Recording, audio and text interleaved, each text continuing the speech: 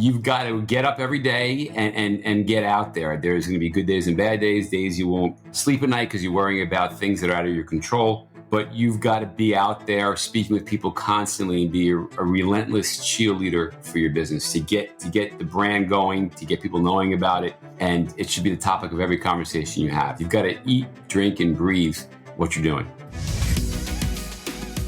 As more people started doing their shopping online during the COVID pandemic, Adam Haber saw how that was hurting sales for small businesses in his neighborhood on Long Island. That's why he started Trellus, a same-day local delivery marketplace that helps small retailers compete with e-commerce giants like Amazon.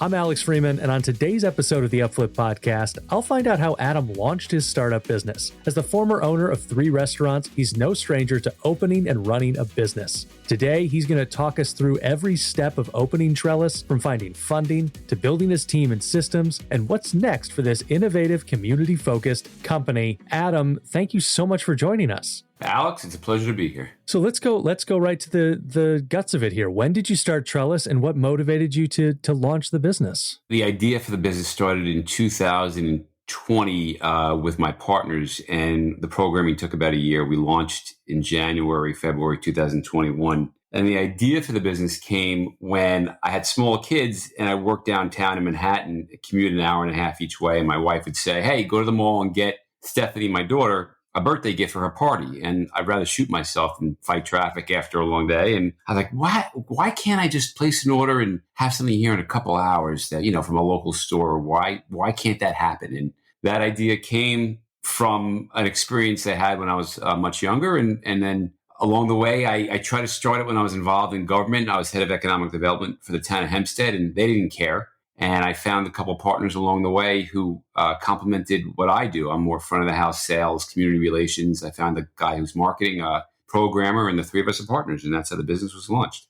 Incredible. And can you talk us through what kind of makes Trellus different from other delivery businesses like Postmates, Uber Eats, etc.? And how does that help you better serve your customers? There's a very large blind spot in the delivery business. We don't do hot food. We do a lot of food like candies, chocolates, baked goods, but we don't do hot food because it's very competitive, and we don't do people. And our drivers find that they love working with us because of those 2 reasons. But nobody was serving that sweet spot of your local businesses within a 5 or 10 mile radius of where you live that can't afford their own driver because it's $15 an hour plus car plus insurance is about $60,000 a year. And they can't compete with Amazon or some of these big box stores that have those resources. So we decided to, after some research, go after that very large but underserved community. And how many businesses are there listed in the marketplace today? And what kinds of businesses are you working with? Right now, we have about 300. It's growing every day. We do everything from baked goods, candies, chocolates, toys, pharmacies, hardware, printers, clothing.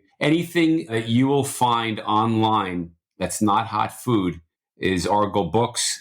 We just signed up a small local bookstore, which is a dying breed. We try and service anything you'd find online on Amazon or any other e-commerce site we want to have on our network. And it's about 60 plus categories and growing.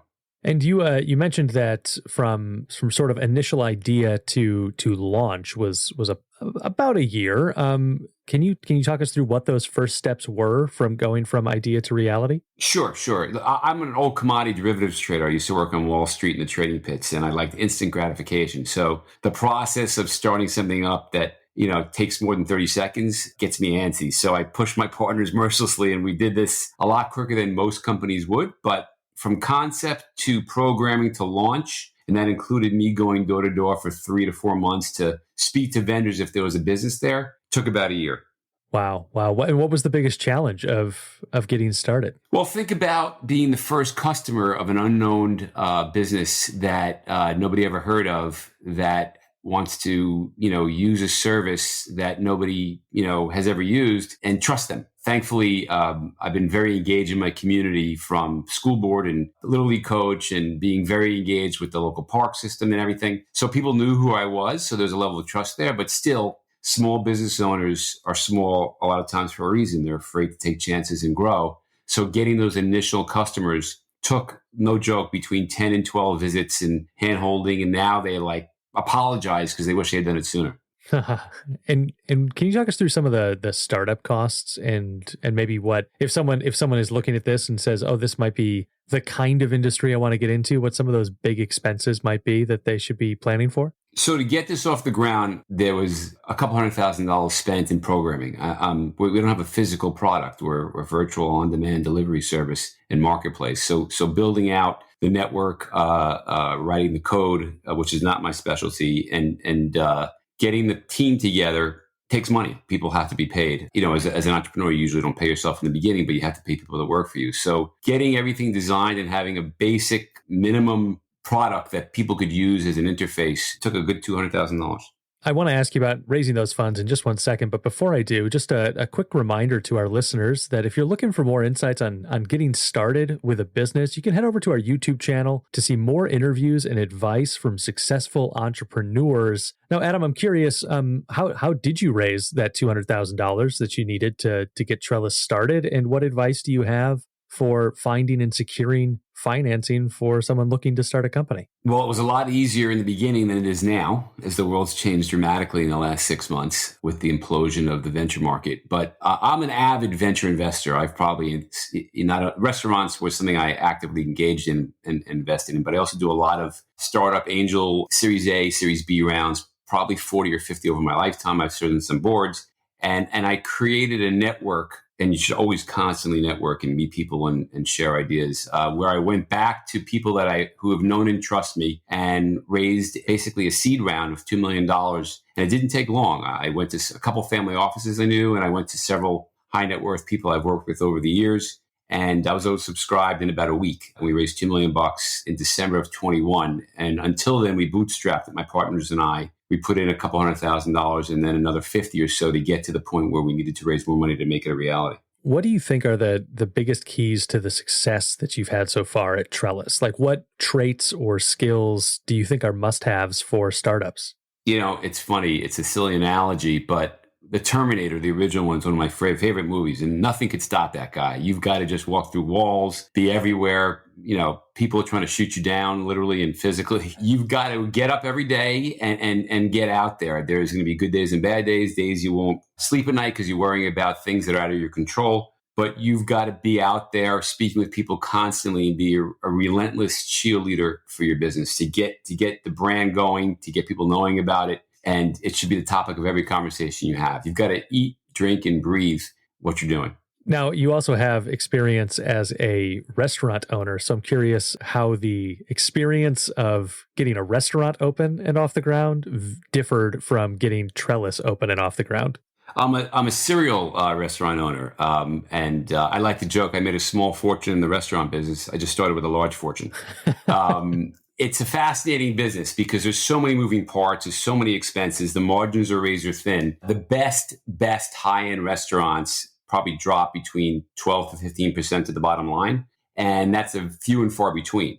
What I found from the restaurant business that basically transferred over to what I'm doing now is you can't raise prices, but you can cut expenses or you can find efficiencies. So I'm relentlessly trying to find ways to do things that don't waste money, that are efficient. My son joked with me once, it's easy to spend money. You can be really good at spending money, but making money can be hard. And that's it. You've got to watch every penny, and you've got to be mindful that the bottom line is, if you're the CEO like I am, you have to make the final decisions on cost. So it's easy to want to do everything because you get solicited from every possible angle, but the goal is to keep things as simple and streamlined as possible until the revenue starts coming in. Now, when you first got started, you talked about having to go to small business owners, 10, 12 times to kind of get them onto the platform. How has that shifted since you've gotten up and running? How are you working to attract businesses to the marketplace? We tried everything. At first, you thought if you advertise, we did TV commercials, we did social media advertising, and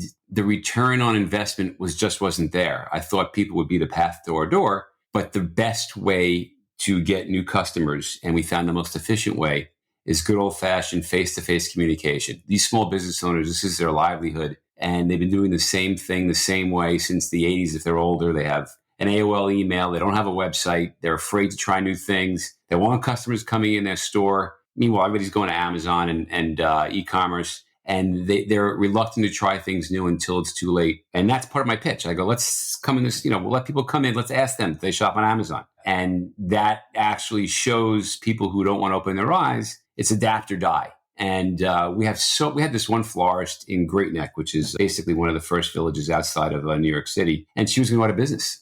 She didn't have a real good website. She had an AOL email account. And I'm sorry if I offend anybody on this webcast here that has an AOL, because I used to have one a long time ago. But she couldn't find delivery drivers. She didn't want to adapt. And then after relentless pursuit of showing her how easy our system was to use and teaching her how to use to create a ticket, which takes 15 seconds, she's like, oh my God, this changed my life. And it actually expanded her business. So that was a rewarding and great example I like to use when I speak to new customers, that there's very little risk other than going out of business if you don't try something new. Now, the other side of the equation to a successful marketplace is those actual customers for the businesses. What is the strategy to attract people to the platform to buy things from these businesses? So at first, we were trying to do what DoorDash and Uber Eats and a lot of the billion-dollar funded startups did. We're trying to do both B2B and B2C. But the reality is it takes a lot of money to get new customers, a lot.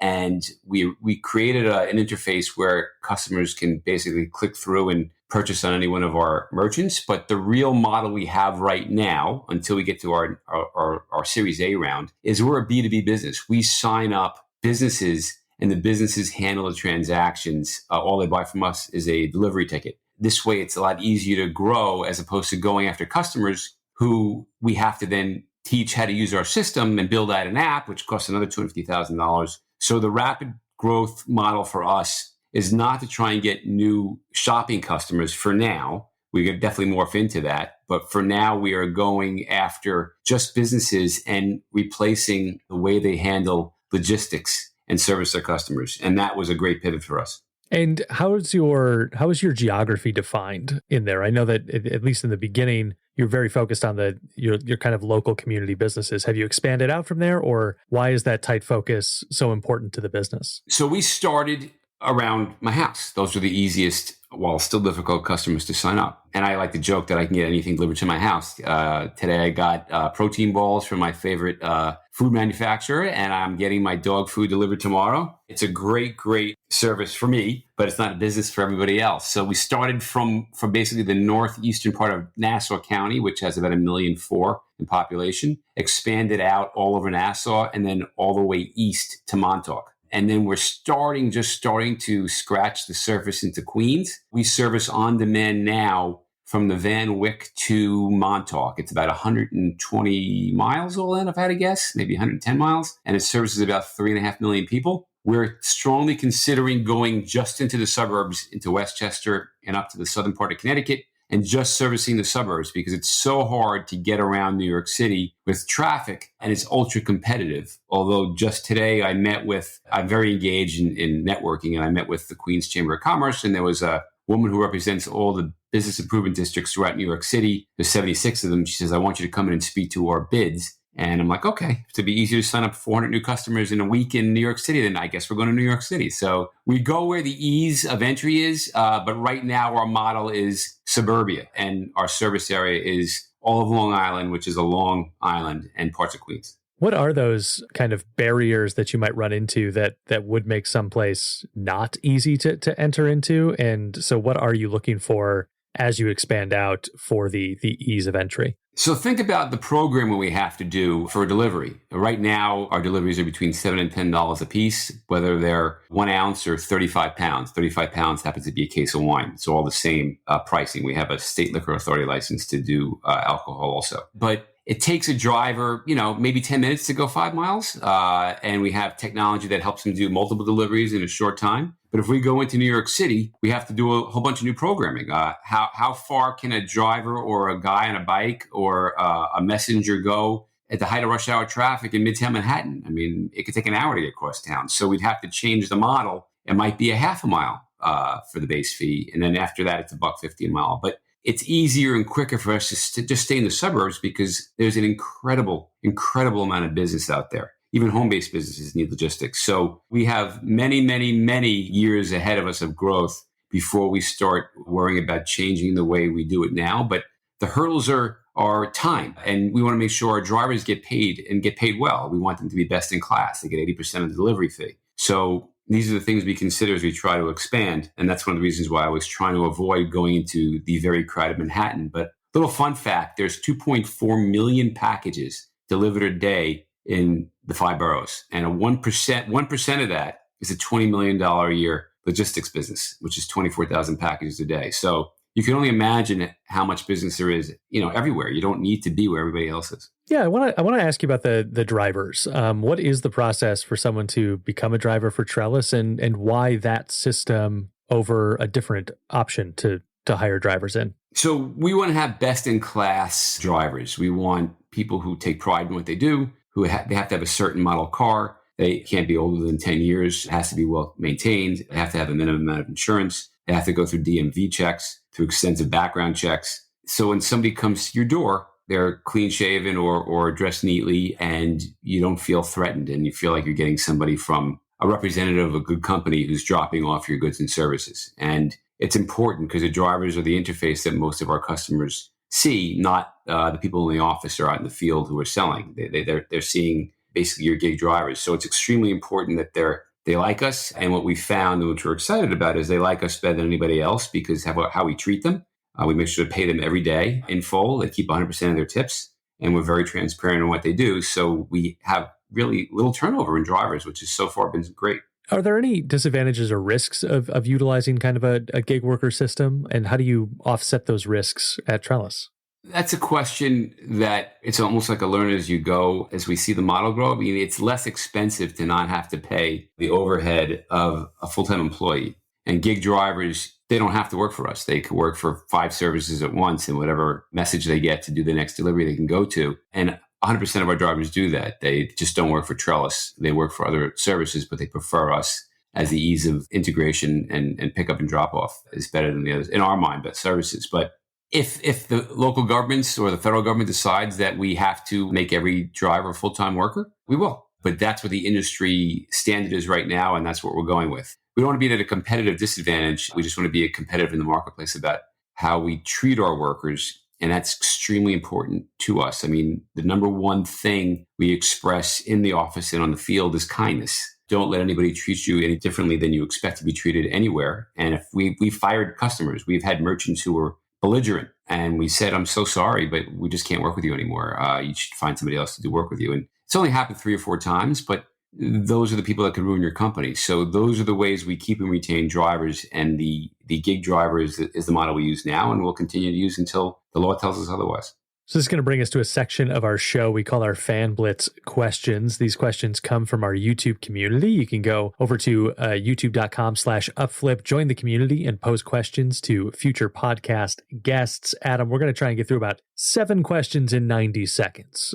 So let's see how we do. Are you ready? Is this a full out blitz or a safety blitz? It's a safety blitz. It's a safety blitz. Got to leave a little room on the back end for us there. Fair enough. All right, here we go. First question here. If you could go back in time and tell your younger self, don't do this thing, what would it be? The thing that I would do is tell people, if you're going to invest in anything, invest in people, not products. I've lost more money in crazy people and great products than I have in crazy products and great people. So invest in the person first and foremost. What do you do with the profits from the company? Plow them right back in. That's how you grow. If something were to happen to you, what would happen to the business? I've got 2 very capable partners, Brian Berkery, who's head of marketing, and Jared Jensen, who's our tech guru. So we have an agreement in place. If one of us goes down, the other 2 could easily take over and fill in the shoes of the person who's left. So we have it all taken care of. If you could change one thing about your business, what would it be? The holy grail that we're working on is we have the technology to do multiple deliveries up to 49. And the interface we're working on, we want to make it as seamless and easy as possible because nobody's doing what we're doing. And we're toying with ways to make that quicker and faster. That's the one thing that I wish we could work out sooner. What's the biggest misconception that people have about your position? It's easy. It's not. I've had many sleepless nights. I worry about jobs that I provided for people. I worry about servicing my customers. It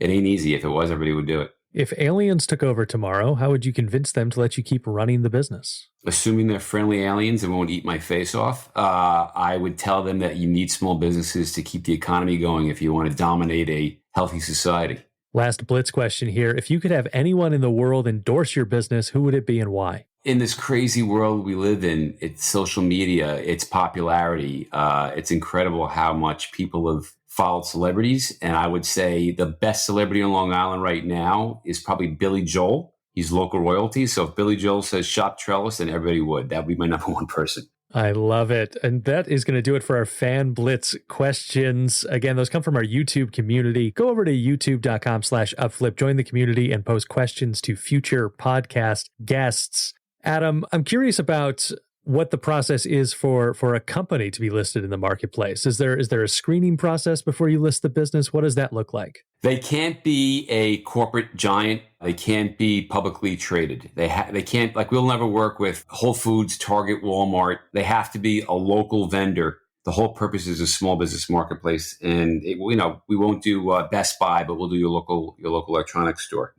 And we've turned down some pretty big clients because we're trying to create a small business community that people support. I mean, that's the whole goal of this. And then what's the revenue structure at Trellus? Can you talk about the kind of fee structure, who's paying what fees, and how you settled on those decisions? We have a SaaS model for vendors between $20 and $100 a month, depending on what you want to pay for deliveries. And the more you pay monthly, the lower your deliveries are. And then the delivery costs are between $7 and $10, depending on what program you have. The tickets are purchased by the vendor. The vendor can either upcharge it. We have 40 florists on our platform, and every single florist makes money using Trellus because they get $12 to $15 for delivery, even if it's across the street. They could pass the cost on, or they could eat the cost. So free delivery if you buy over $100 of our product. That's up to the vendor. We also integrate with several platforms at checkout, Shopify, WooCommerce, Wix, where the customer decides and certain businesses pass the cost on. So you might want to do UPS, curbside, which is free. You want to deliver to your home in a couple hours, definitely same day. Then here's $7 or $10 or whatever you want to charge for Trellus. When somebody is getting a delivery business started, what are some of the must-have systems that they should have in place before they open their doors? You have to have a great interface that's easy to use for people who aren't technologically savvy so they don't get intimidated. It's got to be as simple as possible and not break down, which is two easy things to say, but difficult to do.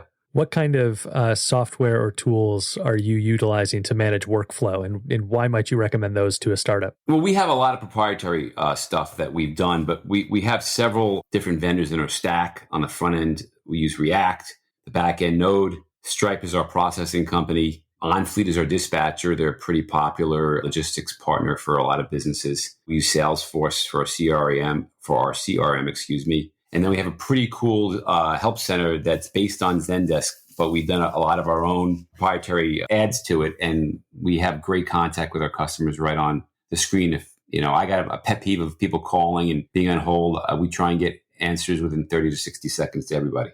Now, I do want to ask you about the proprietary software that you have developed. You don't obviously have to reveal the proprietary nature of the software, but I'm curious about the decision-making process, saying, okay, this is going to be better for us if we develop something custom versus using an out-of-the-box option. And then can you also talk us through the process of actually developing that software? Well, I'll take your last question first. I'm not a developer. I'm more of the idea community liaison, CEO, face of the company. So the process of developing the software, you might as well ask me to do brain surgery. You don't want me doing it. But that being said, there's feedback you get from the people who use it and interfaces they ask for. And we've gotten feedback from our customers and we're constantly doing it, edits or changes or new features that they've asked for. So they want to keep using it. And that's, behind the scenes and in front of the scenes, we have a whole team of developers who work on making this thing easy to use. And then I get feedback with my sales team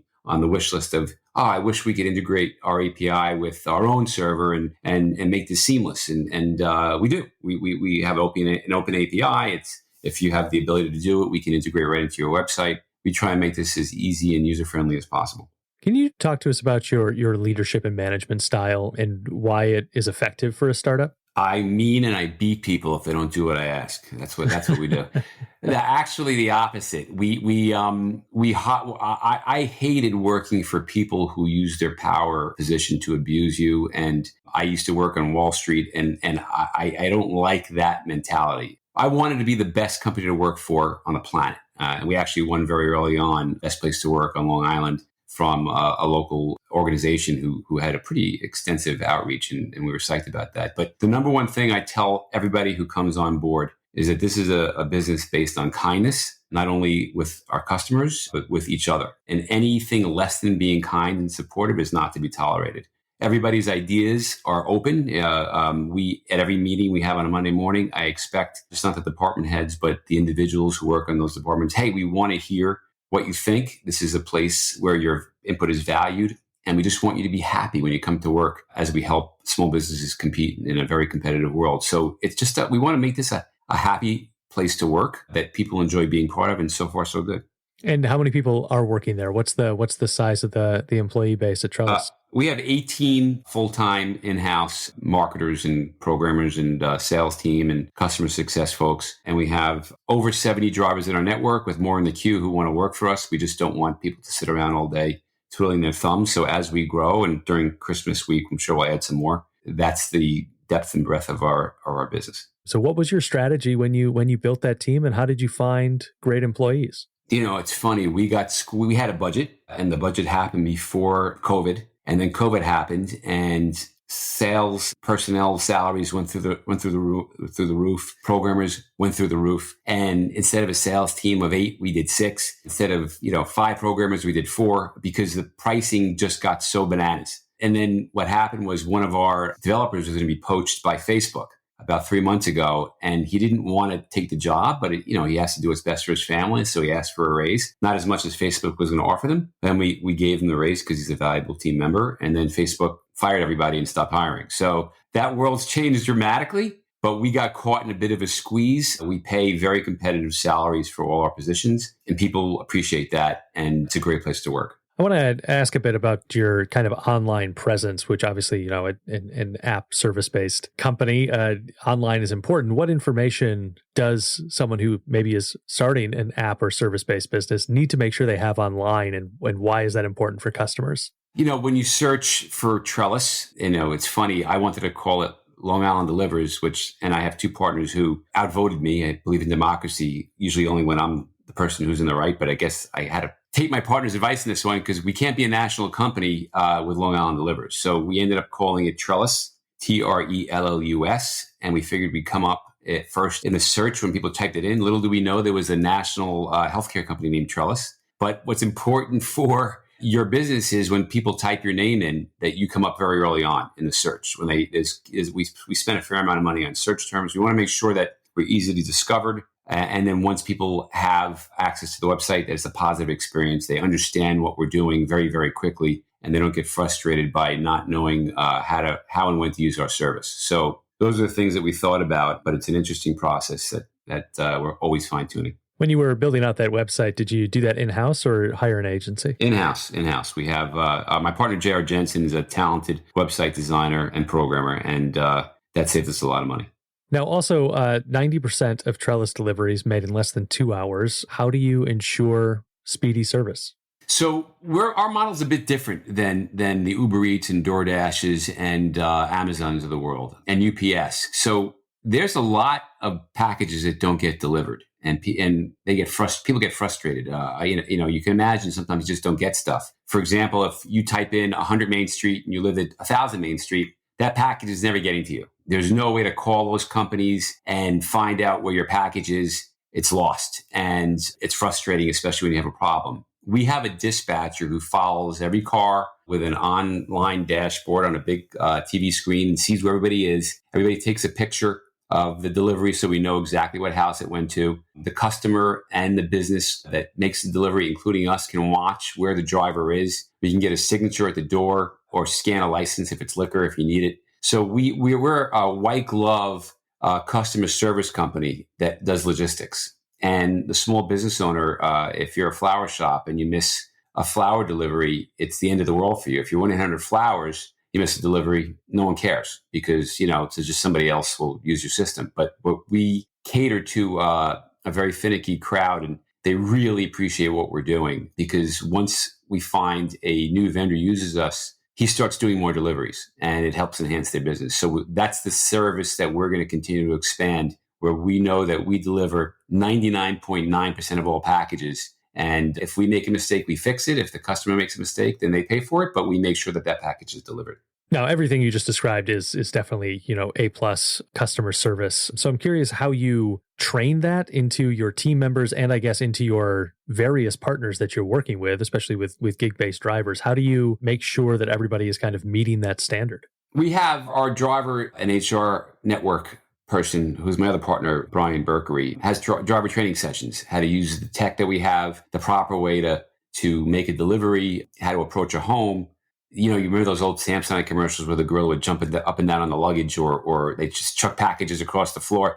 No, the package this person is getting is near and dear to the consumer and to the vendor. And we try and make sure that every package is delivered with courtesy and kindness. And it's a satisfaction guaranteed for both the consumer and for the business. And that's why they keep coming back. What's the next step for growing Trellus? And what are you doing now to prepare yourself for that step? Well, the next step is growth, rapid growth. We want to be best in class for this niche that nobody else in the country is doing what we're doing. We couldn't believe that. And we want to make sure that small businesses know that we're a trusted brand. So it's expanding. It's expanding outside of the Long Island, Queens area, going into Westchester, going into North Jersey. There's probably 40 to 50 million people in the country, in and around major cities in our target markets, it could be a huge, huge company. But beyond that, we also want to be best in class as far as offering services to our vendors. We have a partnership with ADP. So if you want to get severely discounted payroll services, that we signed an agreement with them that they would give our clients the lowest prices possible. We want to offer gift cards and we want to, do advertising basically by zip code. So if you want to be the first business to come up in our search, there's all these ways we can monetize and grow. But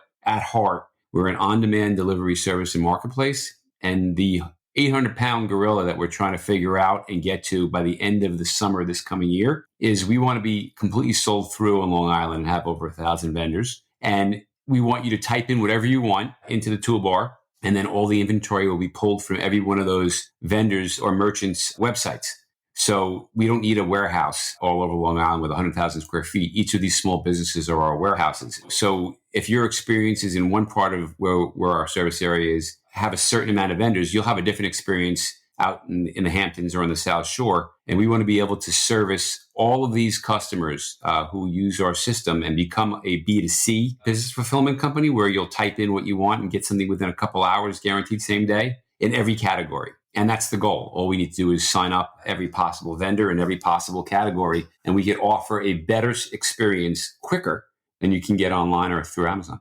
Is long range, is the eye on taking the company public? It's funny that you say that because there's a lot of downsides to taking a company public. You've got to deal with shareholders who want quarterly results instead of growth. It's about $1 million a year, depending on what exchange you go on, to just stay public. There's no reason why we can't grow and become a huge. Cargill is the largest private company in the world. I think they're a $50-60 billion company. Public sounds exciting, but there's many ways for investors to monetize what they have with us. It could be through cash distributions. It could be through strategic purchases from another competitor. It could be just from growth and eventually being sold to or go public. But we're way early to decide that. The capital markets are a great way to access money for growth, but buyer beware on that one. Now, you also mentioned earlier in our conversation that you are a big believer in networking. Obviously, there's a lot of business reasons for you to be out networking, but what other benefits exist in building a network of other business leaders? I like to joke that every entrepreneur should try and be a D- celebrity, that everywhere you go, people know who you are or think they know who you are. It makes the ease of entry or networking that much easier. I mean, right after this call, this podcast, I'm going to in Huntington, there's a networking meeting. I was at one this morning in Queens. I try to go to at least 5 to 7 a week, which is, if you think about it, about 300 a year. And you get to see the same person and people over and over again. And with that repetition, comes a sense of comfort that people are more comfortable doing business with you. And it also helps you learn and see what else is out there. So sitting home in your underwear thinking you could start a business online, it ain't happening. You got to get out there and meet people. You've got to get out there and tell your story, and you got to be relentless about it. If someone came to you for advice, looking to get started in a similar kind of company, what advice would you give them? I would tell them that they should spend 6 months trying to have breakfast, lunch, or dinner with 10 different people who are either tangential or directly related to their industry, getting feedback and creating relationships so they know everything they need to know about what they're doing before they spend $1. Because the money will go quickly and capital is precious. And those relationships will help you find better vendors, better services, better business partners, whether it's through whoever you use to help build out your website or marketing or PR. It's like going to college and getting your master's and doctorate in a particular topic. You want to be an expert before you launch in your field. If you could pick the one thing that people take from this interview, what would it be? And it ain't easy. That if you want to do something that's meaningful, you've got to put your heart and soul in it. I heard a joke once. I don't know where I heard it, but if you want to start a business, just work half days, 7 days a week. You pick whatever 12 hours you want to work every day, and then you'll be accomplished. But I'm a big believer in working smarter, not harder. It's being organized, having structure, finishing meetings in a timely manner, not letting them run on, and moving from task to task. Those are the things that I do pretty well, and that I think are part of my success. What's your favorite business book and why? I'm an avid reader, but the best business book that I've ever read was about a year ago. There's a guy named Adam Grant, who's pretty popular and well-known. He wrote a book called Give and Take, Why Helping Others Drives Our Success. And he highlighted three kinds of people. There's givers, people who like to network and help people and connect people and don't want anything out of that. There's takers, people who will just take as much as they can and never give anything back. You'll help somebody with tutoring or mentoring and give them advice, and then you reach out to them and they lose your number. And then there's tit for tat. I mean, basically, you help me, I'll help you. I love this book because it basically shares, success is about giving more than receiving, time, energy, love. And I've always been a net giver in a variety of ways. It makes me happy to help people. I don't expect anything in return. And when I find people like that, I just want to be around them. So surrounding yourself with people who are net givers, who give more than they receive, is a great path for happiness, and the great theme of this book and why I love it so much. Where can people learn more about you and about Trellus? Well, they can go to bytrellus.com, B-Y, B as in boy, Y as in yes, TRELLUS.com. They can poke around all they want. They can email me at adam@bytrellus.com.